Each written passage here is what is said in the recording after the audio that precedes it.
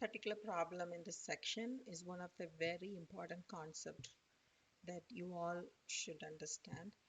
And please, if you have more questions, please talk to me or just find some extra more videos and watch it because domain is a very important concept in this class. So, how do you define a domain? Domain is all the possible x values this function can have. Like for example, when I think of domain, I would say think of the x-axis, and I know in the x-axis there's a 0 in the middle and positive numbers on the right and negative numbers on the left, right? So all possible values this function can have so that the output is the defined real number.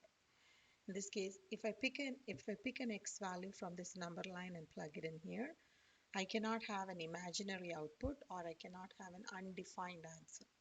I must get a real defined answer.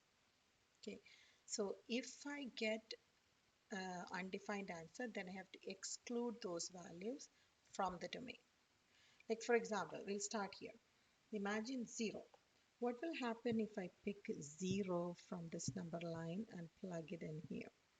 So if I pick 0, I know 0 squared minus 16 is going to give me a square root of negative 16, which is an imaginary number that I cannot have. Same thing is true if I pick 1, I'm going to get a negative number. If I pick negative 1 also, I'm going to get a negative number. Same thing with 2, negative 2, 3, and negative 3. But the moment I pick positive 4, I'm going to get 4 squared, which is 16, right? 4 squared is 16. So 16 minus 16 is square root of 0, which is a real number. Square root of 0 is 0. So from here on, like from negative 4, anything to the left if I pick, or from 4, anything to the right I pick, I'll be okay with it. So these numbers between this negative 4 to 4 is the restricted value. So these are the numbers I cannot have in the domain of this function. Okay, so I know you cannot always draw the line and analyze it.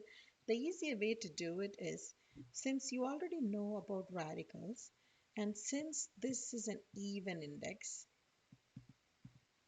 the condition is I can have only positive inside the radical.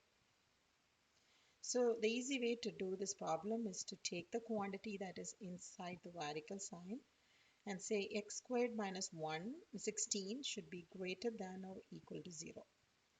So this is telling you x squared should be greater than or equal to positive 16, which means x can be less than or equal to negative 4, or x has to be greater than or equal to positive 4. Again, how I'm writing this is what solving inequality is. You must have learned it in your Math 096 previous class. If not, for prerequisite content, please go back and refer solving inequalities. Solving inequalities, and that will help you to understand to write this. So if you have a quantity greater than or equal to something, then I can say x is less than or equal to square root of 16 is positive negative 4, right? So negative 4 on or x is greater than or equal to 4. So, and we did find that in our analysis. So my answer is, in a graphical sense, I can draw the number line and locate the 4 and say everything to the right of this, and also locate the negative 4 and say everything to the left of it, including it. So from here to the right, including from here to the left. Okay, and there is another way of writing the answer, which is called the interval notation.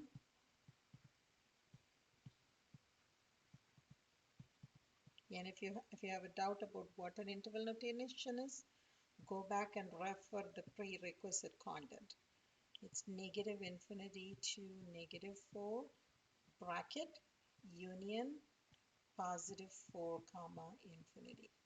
So this will be the most of the time this is the answer that your MyMathLab will be looking for to write the interval notation when you write the domain of the function. Again, this is a very important concept, so please go back and review the prerequisite contents required to understand this concept.